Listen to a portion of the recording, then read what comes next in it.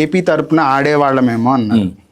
మనం చూస్తే అన్న తెలుగు స్టేట్స్ నుంచి ఎక్కువ ప్లేయర్స్ రారు, వచ్చిన వాళ్ళలో ఫాస్ట్ బౌలర్స్ చాలా తక్కువ.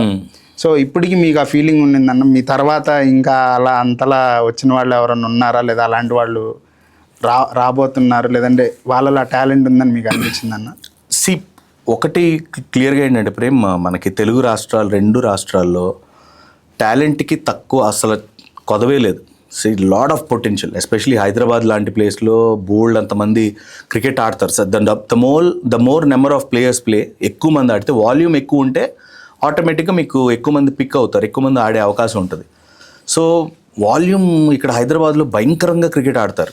ఆంధ్ర సైడ్కి వచ్చేపాటికి ఏంటంటే కొంచెం ట్రెడిషనల్గా ఉండే మైండ్ సెట్స్ మనకి అటు సైడ్ అంతా కూడా. ఎట్లా అంటే ఒక స్పోర్ట్ని టేకప్ చేసుకుని కెరియర్ లాగా తీసుకోవాలి అనే ఒక థాట్ ప్రాసెస్ అనేది చాలా తక్కువ పేరెంట్స్కి.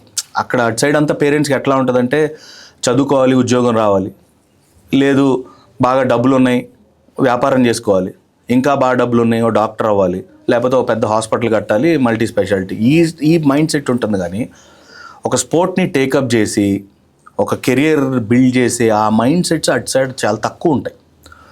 దానికి తోడు అసోసియేషన్స్ని చాలామంది ఏమంటారంటే అసోసియేషన్ ఎంకరేజ్మెంట్ అని అదనో ఇదనో ఏవో మాట్లాడతారు. ఇవన్నీ మనం ఇండియాలో over a period of time ఇవన్నీ వింటూనే ఉన్నాం. బట్ బీసీసీఐ ఎప్పుడైతే ఐపీఎల్ వచ్చిందో, ఎప్పుడైతే ఈ ఐపీఎల్ నుంచి బోల్డ్ అంతా ఫండ్స్ జనరేట్ అవుతున్నాయో, బీసీసీఐ లెవెల్లో భయంకరమైన ఇనిషియేటివ్స్ తీసుకుంటున్నారు వాళ్ళు. చాలా అన్నీ చెప్పరు బయటికి, బోల్డ్ అన్ని ఇనిషియేటివ్స్. అంటే every year they are giving around 100 to 200 crores to every association.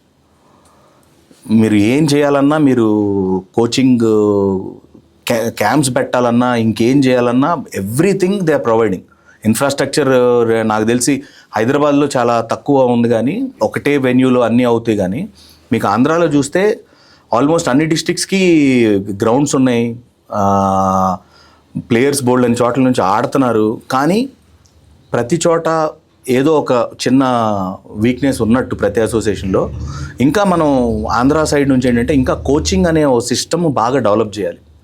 More number of coaches, నేర్పించేవాళ్ళు, క్వాలిటీ కోచెస్, వీటిపైన కనుక స్పెండ్ చేశారంటే తప్పకుండా బోల్డ్ అంతమంది ప్లేయర్స్ వచ్చే ఆపర్చునిటీ ఉంటుంది మనకి.